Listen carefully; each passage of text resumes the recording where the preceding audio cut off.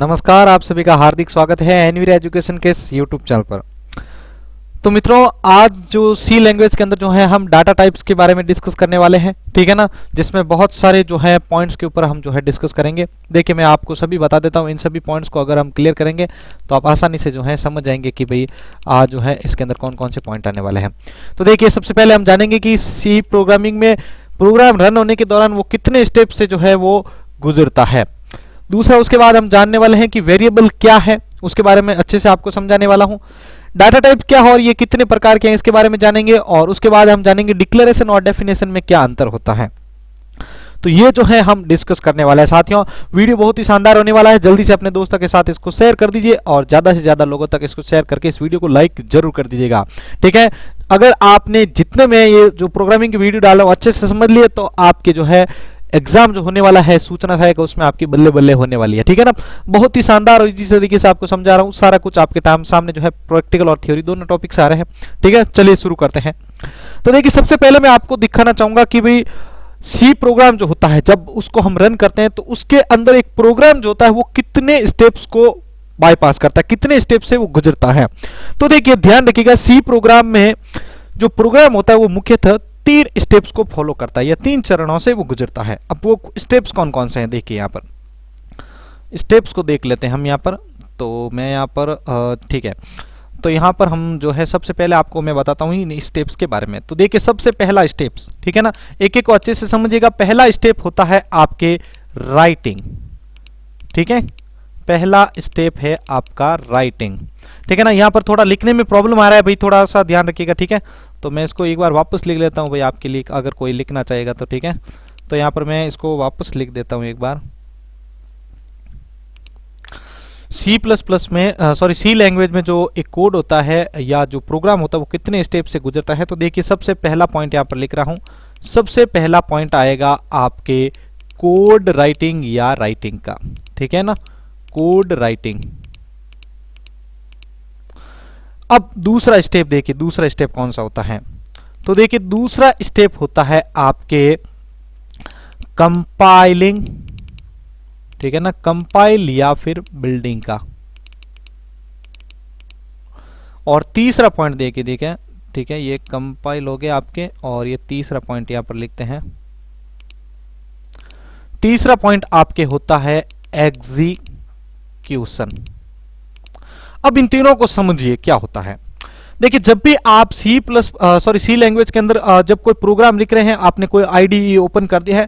अब उस आईडी के अंदर आप जो भी कोड लिख रहे हैं, जैसे हैज इंक्लूड stream.h या हैज इंक्लूड studio.h, उसके बाद आपने void main दिया, ब्रैकेट ओपन किया, उसके अंदर printf देके कोई मैसेज को आप कंसोल के लिए उसमें टाइप कर दिया, ब्रैकेट ऑफ कर दिया। तो अब जो ये आपने चीजें जितना भाई टाइप के अंदर, तो वो आता है आपके इस प्रोसेस के अंदर, कोड राइटिंग के अंदर, ठीक है। कंपाइलिंग के अंदर क्या होता है, देखो, कंपाइल और बिल्डिंग वैसे दोनों सेम है, लेकिन इनका जो अर्थ होता है वो अलग अलग प्रकार से है। कैसे? कंपाइलिंग को और इसको दोनों को समझिए आप, ठीक है ना, कंपाइल और इन दोनों को आप समझिएगा। देखिए, यहां पर मैं आपको इसको अलग से नीचे से यहां पर लिख के बता देता हूं, ठीक है ना। देखिए, कंपाइल में क्या होता है, कंपाइलिंग जो होती है, ठीक है ना, कंपाइलिंग जो होती है वो होती है आपके फाइल लेवल पर। कहां पर होती है? फाइल लेवल पर होती है कंपाइलिंग, ठीक है ना। और आपका जो ये है बिल्डिंग, ठीक है ना, तो ये देखिए, बिल्डिंग को भी यहां पर समझा रहा हूं। बिल्डिंग जो होता है प्रोसेस, वो होता है आपके प्रोजेक्ट लेवल पर, ठीक है। बिल्डिंग जो है वो आपके होता है प्रोजेक्ट लेवल पर।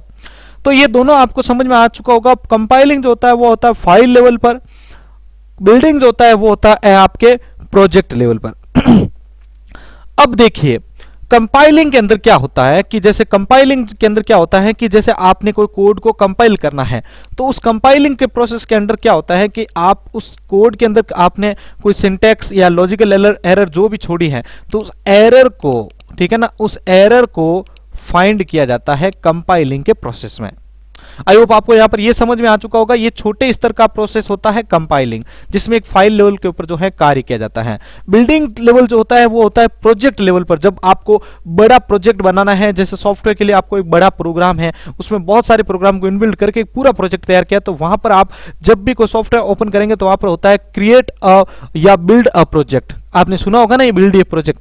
तो ये बिल्डिंग होता है वो होता है आपके प्रोजेक्ट लेवल पर, और कंपाइलिंग जो होता है वो होता है एरर फाइंड करने के लिए, और ये फाइल लेवल पर कार्य करता है।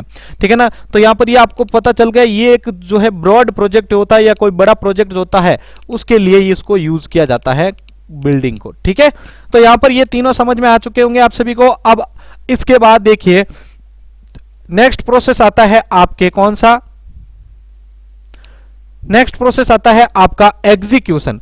अब इस एग्जीक्यूशन को भाई ध्यान से समझिए, इस एग्जीक्यूशन को समझिए। एग्जीक्यूशन क्या होता है, जब आपने कोई कोड राइट कर दिया, ठीक है, राइट करने के बाद आप दूसरा प्रोसेस कर रहे हो, कंपाइल कर रहे हो, यानी उसमें फाइंड कर रहे हो कोई एरर। अगर कोई एरर आई तो वो आपको नीचे जो है मैसेज बॉक्स में दिखा देगा कि ये एरर है, और उसको आप वापस से फाइंड कर देंगे, या सेमिकोलन है या कुछ लॉजिकल एरर या क्या आपने टाइप करने में प्रॉब्लम कर दी। जब कंपाइल हो जाएगा कि भाई कोई भी प्रकार की एरर नहीं है, तो कंपाइल होने के बाद एक तीसरा प्रोसेस होता है, वो होता है आपके एग्जीक्यूशन का। एग्जीक्यूशन में क्या होता है कि जो भी आपने प्रोग्राम रन किया है, ठीक है ना, जो कंपाइल किया है, उस प्रोग्राम के अंदर बिना कोई त्रुटि है तो उस त्रुटि को मिटा दिए गए हैं। अब ये प्रोग्राम जो है वो रन होकर आपका जो आउटपुट होता है वो एग्जीक्यूशन के दौरान दिखाई देता है। एग्जीक्यूट करने के बाद आपका जो होता है वो आउटपुट आपके सामने आता है। तो ये तीन प्रोसेस फॉलो किए जाते हैं एक प्रोग्राम, सी के प्रोग्राम के दौरान। ठीक है ना। तो इन तीनों प्रोसेस को आप याद रखना है, एग्जाम में पूछे जाते हैं, इसलिए मैंने आपके सामने इसको अच्छे से समझाया है। आगे बढ़ते हैं दूसरे क्वेश्चंस की ओर। अब आता है भाई दूसरा, वेरिएबल क्या है। तो सिंपल सा एक प्रोसेस बताऊंगा भाई मैं, ठीक है ना। पहले यहां पर आपके सामने एक छोटा सा यहां पर वेरिएबल, ठीक है ना, और यहां पर मैं एक मेमोरी लोकेशन ट्राई कर देता हूं। तो वेरिएबल क्या होता है, सबसे पहले इसको समझते हैं। वेरिएबल क्या है, एक जगह का नाम होता है या स्थान का नाम होता है। जब भी आप सी के अंदर या कोई भी प्रोग्रामिंग में जब आप प्रोग्राम बनाते हैं तो उसमें आप वेरिएबल क्रिएट करते हैं।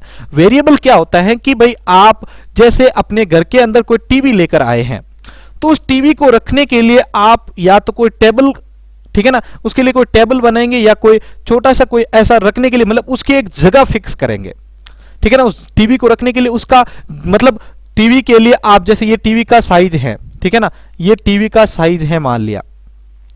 अब इस टीवी को रखने के लिए आप एक कोई जगह जो है वो पहले तैयार करेंगे, उसके बाद टीवी रखेंगे ना उसके ऊपर, ठीक है ना, या उसके नीचे रखने के लिए आप कोई ना कोई ऐसा एरिया जो है वहां पर आप कवर करवाएंगे उसको, ठीक है ना। अब नीचे छोटी सी टेबल है, उसके ऊपर इतना बड़ा टीवी रख रहे हो या उतना बड़ा जो टीवी का जो है वो बेस रख रहे हो, तो वो क्या करेगा, नीचे गिर जाएगा, तो आपको नुकसान होगा इस चीज का। तो आप क्या करोगे भाई, समझदारी का काम करोगे और एक अच्छी टेबल लोगे बड़ी, जिस पर ये टेबल आसानी से समा सके या आसानी से रखा जा सके।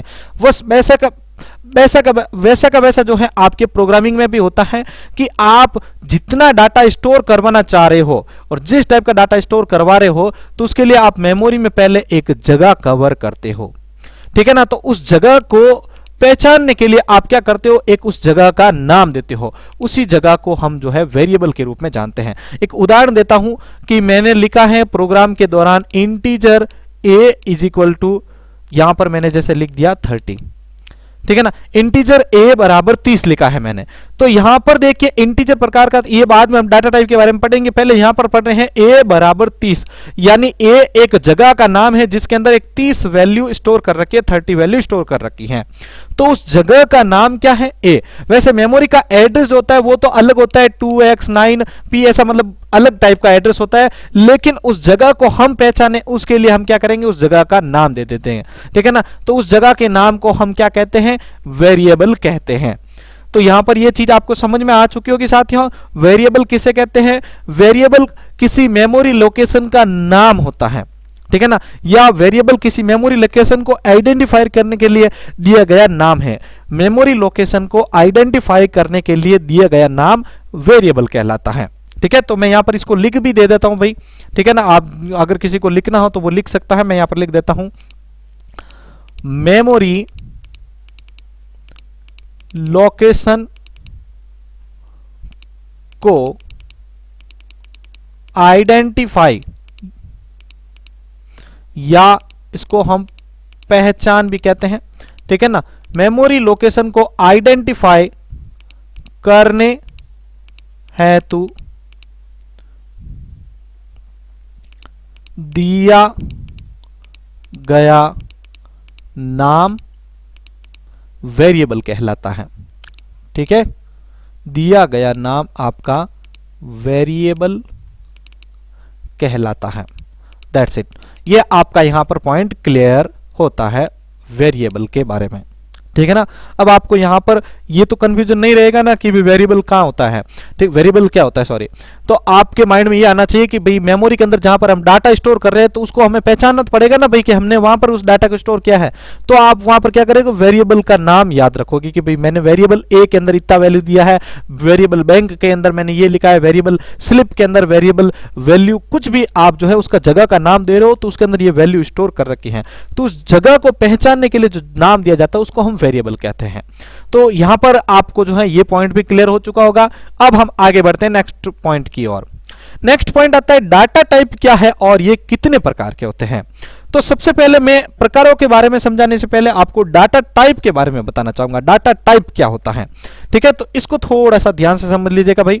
ये अगर आसानी से ये अगर समझ गए तो आप आसानी से आगे डाटा टाइप को यूज भी कर पाएंगे। तो देखिए डाटा टाइप क्या होता है। आप देखो, अभी मैंने जस्ट जो एक उदाहरण लिखा था इंटीजर, यहां पर उसको लिख देता हूं, इंटीजर a बराबर 30। अब यहां पर इसको ध्यान से देखिएगा, मैं इसको अलग अलग डिवाइड करता हूं। देखिए ये क्या है भाई, देखिए मैं इसको अलग अलग प्रकार से डिवाइड करके आपको समझा देता हूं ताकि आपको कंफ्यूजन ना रहे। ठीक है, ये 30 क्या है, देखिए पहले इन तीनों को मैं अलग अलग पार्ट में डिवाइड कर देता हूं। ये है आपकी वैल्यू। ये a क्या है भाई, ये है आपका मेमोरी लोकेशन या वेरिएबल। ठीक है, और ये आपका इंटीजर क्या है भाई, इंटीजर है आपका डाटा टाइप। ठीक है, अब हम इस डाटा टाइप के बारे में जानते हैं कि ये डाटा टाइप क्या होता है, डाटा टाइप क्या होता है। तो समझिए इसको आसानी से आप कि डाटा टाइप जो होता है वो आपको बताता है कि आप मेमोरी में किस प्रकार का डाटा सेव कर रहे हो। ठीक है, मेमोरी में आप किस प्रकार का डाटा सेव कर रहे हो ये दर्शाता है आपका डाटा टाइप। ठीक है ना। तो मैं यहां पर इसको पहले लिख देता हूं, फिर इसको मैं एग्जांपल देके भी समझाता हूं। डाटा टाइप क्या होता है, देखिए यह बताता है कि मेमोरी में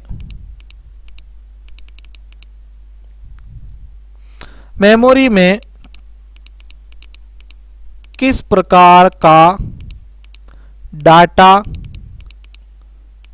सेव हो रहा है तथा उस पर कौन सा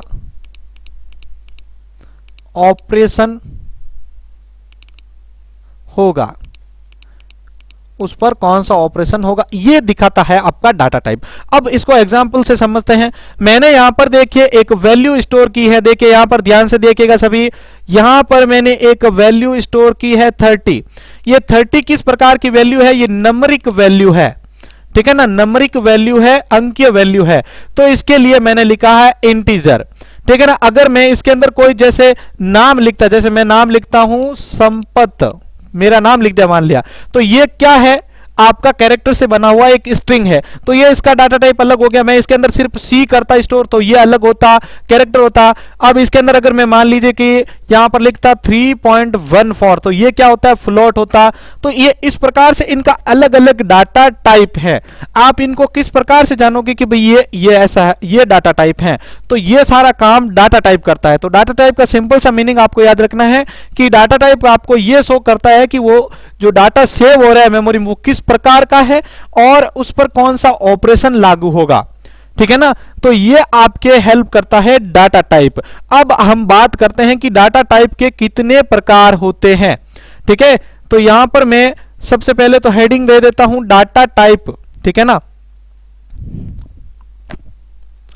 तो यहां पर आप देखिए डाटा टाइप के प्रकार, डाटा टाइप के प्रकार। ठीक है, डाटा टाइप के प्रकार हम जो है अब यहां पर देख लेते हैं। तो ध्यान दीजिएगा यहां पर आप सभी साथियों कि डाटा टाइप के जो प्रकार है उसको ब्रॉडली या मुख्यतः हम जो है दो प्रकारों में बांटते हैं। कितने प्रकारों में बांटते हैं? 2 प्रकारों में बांटते हैं। पहला जो टाइप है या पहला जो प्रकार है वो है आपका प्रिमिटिव, या जिसको हम जो है बिल्ट इन भी बोलते हैं, ठीक है ना, बिल्ट इन भी बोलते हैं, या फिर इसको हम फंडामेंटल डाटा टाइप भी बोलते हैं, ठीक है, फंडामेंटल भी इसको बोला जाता है, ठीक है ना। जिसमें कौन कौन से डाटा टाइप आते हैं? इंटीजर, फ्लॉट, कैरेक्टर और वॉइड। ये 4 प्रकार के डाटा टाइप आते हैं आपके प्रिमिटिव के अंदर। और दूसरा कौन सा टाइप है भाई? तो दूसरा टाइप भी देख लीजिए यहां पर आप। तो दूसरा डाटा टाइप आता है आपके डिराइव्ड डाटा टाइप, ठीक है, डिराइव्ड डाटा टाइप। इसके अंदर कौन कौन से डाटा टाइप आते हैं? तो इसके अंदर आता है आपके एरे, स्ट्रक्चर, उसके बाद आपके आता है यूनियन, और उसके बाद लास्ट आता है आपके इसके आगे पॉइंटर। ये होते हैं 4 टाइप इसके अंदर, और ये होता है इसके अंदर, ठीक है, प्रिमिटिव के अंदर। ये जो पहला प्रिमिटिव डाटा टाइप है या बिल्ट इन या फंडामेंटल जो डाटा टाइप होता है, ये सी प्रोग्रामिंग के अंदर पहले से ही निर्धारित होते हैं, ठीक है ना, पहले से बने या निर्धारित होते हैं। ये कंपाइलर के साथ आपको पहले से बने बनाए सेटअप मिलते हैं, ठीक है ना। ये इंटीजर डाटा टाइप या इंटीजर, फ्लोट, कैरेक्टर या वॉइड डाटा टाइप। अब इंटीजर जो होता है, पहले इसको समझ लीजिए भाई, ये जो आपका इंटीजर डाटा टाइप है, ठीक है ना, इस इंटीजर के अंदर हम जो है न्यूमेरिक वैल्यू स्टोर करते हैं, ये नंबरिक वैल्यू स्टोर करता है। फ्लोट जो होता है उसको दशमलव यानी फ्रैक्शन वैल्यू को स्टोर करता है, ये दशमलव वैल्यू जैसे मैंने यहां पर लिखा 3.14। कैरेक्टर जो होता है वो आपके जो है एक अक्षर जो होता है उसको स्टोर करता है, ठीक है ना, जैसे मैंने सी लिखा, एस लिखा, पी लिखा, कुछ भी। और वॉइड का अर्थ होता है कुछ नहीं या खाली, ठीक है। अब दूसरा देखिए आप, यहां पर दूसरा डाटा टाइप भी आपके सामने लेके आ रहा हूं, वो है डिराइव्ड डाटा टाइप। इसको अभी हम इतना डीपली नहीं समझेंगे, जैसे जैसे टॉपिक आएंगे इसको समझते जाएंगे। तो डिराइव्ड डाटा टाइप जो होते हैं वो ब्रॉड लेवल के होते हैं, ठीक है ना, ठीक है ना, ये ब्रॉड लेवल के होते हैं, बड़े लेवल के होते हैं, ठीक है ना। इसके अंदर जो यूजर होता है वो आवश्यकता के अनुसार जो है, जब इसके अंदर का डाटा जो है उनके यूज नहीं हो पाता, तो ये जो है डिराइव्ड डाटा टाइप को यूज करके अपना प्रोजेक्ट क्लियर करता है या अपने प्रोग्राम को क्लियर करता है। तो ये होता है आपके प्रिमिटिव या डिराइव्ड, ठीक है ना। प्रिमिटिव को बिल्ट इन या फंडामेंटल भी बोलते हैं। ये जो डाटा टाइप होते हैं वो पहले से बने बनाए आपको कंपाइलर के साथ मिल जाते हैं। तो यहां पर आपको साथ ये समझ में आ चुका होगा डाटा टाइप क्या होता है। किसी भी मेमोरी में जो स्टोर किया हुआ डाटा है या जो डाटा स्टोर किया जा रहा है वो किस टाइप का है या उसके ऊपर किस प्रकार का ऑपरेशन होगा, ये कौन शो करता है? आपके डाटा टाइप करता है। अब आपको अगर पूछ लिया जाए कि डाटा टाइप के प्रकार कितने होते हैं, तो मुख्यतः ये ब्रॉड लेवल पे 2 लेवल के होते हैं, प्रिमिटिव, बिल्ट इन या फंडामेंटल टाइप, और दूसरा है आपका डिराइव्ड डाटा टाइप। प्रिमिटिव में आते हैं इंटीजर, फ्लोट, कैरेक्टर, वॉइड, और डिराइव्ड के अंदर आते हैं आपके एरे, स्ट्रक्चर, यूनियन और पॉइंटर। तो आई होप आपको यहां पर ये दोनों समझ में आ चुके होंगे, ठीक है। और अगर समझ में आ चुका है तो जल्दी से जल्दी आप इसको वीडियो को लाइक कीजिए। नेक्स्ट पॉइंट आपके सामने आ रहा है। नेक्स्ट लास्ट अपना पॉइंट बचा है डिक्लेरेशन वर्सेस डेफिनेशन। बहुत ही शानदार तरीके से इसको समझाने वाला हूं। अब देखिए, डिक्लेरेशन और डेफिनेशन में सबसे पहले हम ये जानते हैं कि डिक्लेरेशन क्या होता है और डेफिनेशन क्या होता है। तो सबसे पहले जिस प्रकार से आपके सामने है ऑलरेडी, मैं आपके सामने बात करना चाहूंगा सबसे पहले डिक्लेरेशन के बारे में, ठीक है। तो सबसे पहले मैं यहां पर हेडिंग दे देता हूं डिक्लेरेशन को, DECLARATION, डिक्लेरेशन। डिक्लेरेशन प्रोसेस क्या होता है कि आप जो है वेरिएबल या फंक्शन के बारे में, ठीक है, जो मेमोरी होती है, मेमोरी को वेरिएबल या फंक्शन, ठीक है, वेरिएबल को मेमोरी या फंक्शन के बारे में इंट्रोडक्शन, थोड़ा सा टाइपिंग ये लिखने में प्रॉब्लम हो रहा है तो आप इसको थोड़ा अवॉइड कीजिएगा, ठीक है ना। मैं यहां पर इसको देखिए मेमोरी को वेरिएबल या फंक्शन के बारे में इंट्रोडक्शन यानी परिचय देना। अब ये क्या है भाई, देखिए यहां पर डिक्लेरेशन में मतलब आप जो वेरिएबल बना रहे हो या जो फंक्शन बना रहे हो वो किस लिए आप बना रहे हो या किस काम के लिए बना रहे हो, तो उसके बारे में परिचय देना मेमोरी को, ठीक है ना, मेमोरी को परिचय देना, ये क्या है आपका डिक्लेरेशन, ठीक है ना। जैसे आपने इंटीजर a बराबर 30 लिखा, तो ये a के बारे में वहां पर बताएगा कि ये a जो है न्यूमेरिक वैल्यू स्टोर कर रहा है, मतलब आपका परिचय दे दिया है वहां पर। तो ये a के बारे में जो परिचय दिया है वो आपके डिक्लेरेशन पार्ट होता है, ठीक है भाई। आपको यहां पर ये समझ में आ चुका होगा डिक्लेरेशन। अब एक चीज ध्यान रखना कि ये जो डिक्लेरेशन और डेफिनेशन जो होता है ये जो है आपके वेरिएबल, ठीक है, वेरिएबल या फंक्शन, वेरिएबल और फंक्शन, इन दोनों के लिए जो है ये दोनों डेडिकेटेड होते हैं, दोनों के लिए ये यूज होते हैं। तो यहां पर आपको डिक्लेरेशन समझ में आ चुका होगा भाई। अब हम डेफिनेशन को यूज करते हैं, ठीक है ना। डेफिनेशन क्या होता है, तो दूसरा पॉइंट यहां पर मैं आपको समझाना चाहूंगा, थोड़ा सा स्क्रीन के ऊपर ध्यान दीजिएगा। तो देखिए डेफिनेशन क्या होता है भाई, ये एज आप अगर कहीं पर नोट्स की तरह अगर लिख रहे हो तो शानदार तरीके से आपके एग्जाम क्लियर होगा साथियों, ठीक है ना। डेफिनेशन क्या है, थोड़ा लिखने में मेरी प्रॉब्लम आ रहा है लेकिन मैं साथ में परिभाषा को बोल भी रहा हूं। डेफिनेशन क्या होता है भाई, अब इसको समझिए। डिक्लेरेशन में तो आपने बता दिया कि मेमोरी को जो है उसका इंट्रोडक्शन दे दिया कि भाई मैं ये डाटा टाइप या वेरिएबल या फंक्शन बना रहा हूं। अब देखिए आपने जो वेरिएबल बनाया है, ठीक है ना, वेरिएबल बनाया है, देखिए मैं यहां पर लिख देता हूं वेरिएबल या जो आपने फंक्शन बनाया है, इन दोनों में से आपने जो भी चीज क्रिएट की है, वेरिएबल या फंक्शन के लिए मेमोरी में, वेरिएबल या फंक्शन के लिए मेमोरी में स्पेस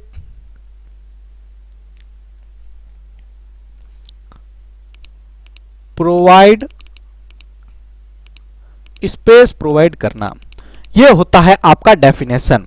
तो डिक्लेरेशन में और डेफिनेशन में आपको पता चल गया। अब एक थोड़ा सा रुक जाइएगा, भागे मत, आप इसको एक एग्जांपल के थ्रू समझिए, चुटकियों में आपको याद हो जाएगा। कैसे, देखिए डिक्लेरेशन में आपको पता चल गया जो वेरिएबल या फंक्शन बना रहे हो उसका परिचय देना कि भाई हम इस प्रकार का डाटा स्टोर करेंगे और ये इसलिए बनाया है।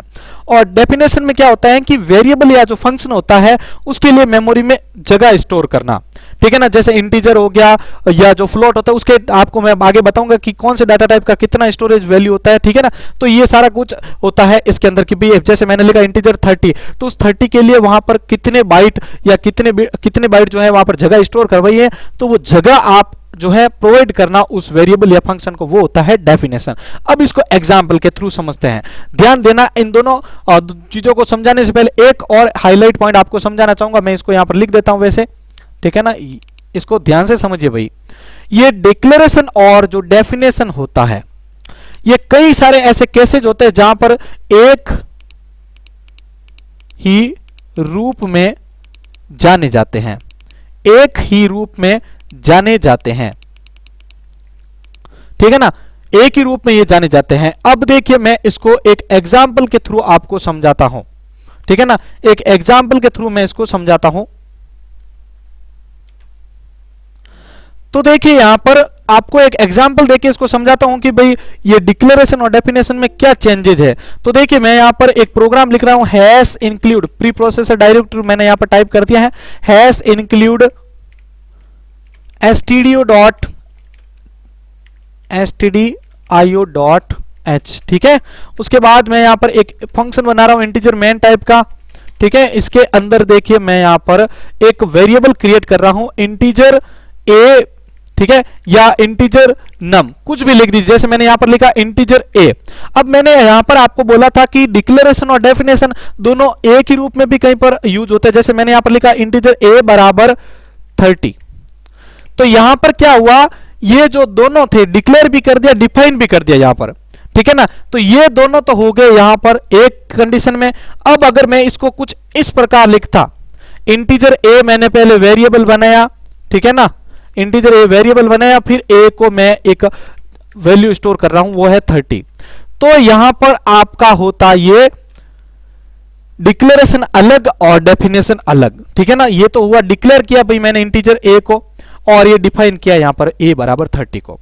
तो आपको समझ में आ चुका होगा एक ही स्थिति में किस प्रकार होता है, अलग अलग स्थिति में किस प्रकार होता है, ठीक है ना। अगर मैं यहां पर एक साथ लिखता हूं इंटीजर a बराबर 30, तो यहां पर ये होता है कि डिक्लेयर और डिफाइन दोनों एक ही जगह पर हो चुके हैं। लेकिन मैं अगर इसको ऐसे लिखता हूं, इंटीजर a लिखा और a को फिर वापस अलग से वैल्यू दे रहा हूं, तो ये आपके डिक्लेरेशन अलग हो जाएगा और डिफाइन अलग हो जाएगा। तो यहां पर ये दोनों समझ में आ चुके होंगे साथियों आप सभी को, ठीक है। आपको वीडियो कैसा लगा है जल्दी से अपनी राय नीचे कमेंट बॉक्स में दे दीजिए, अपने दोस्तों के साथ ज्यादा से ज्यादा इसको शेयर कर दीजिए। और कंप्यूटर शिक्षक भर्ती की भी क्लासेज आपको बहुत ही शानदार तरीके से मैं समझाने वाला हूं, इसलिए आप चैनल के ऊपर जरूर जुड़ जाइएगा, ऐसा जो गोल्डन चांस है आप मत गवाइएगा। इसी के साथ मैं संपत लीलर आप सभी से अलविदा ले रहा हूं, मिलते हैं नेक्स्ट वीडियो में, धन्यवाद।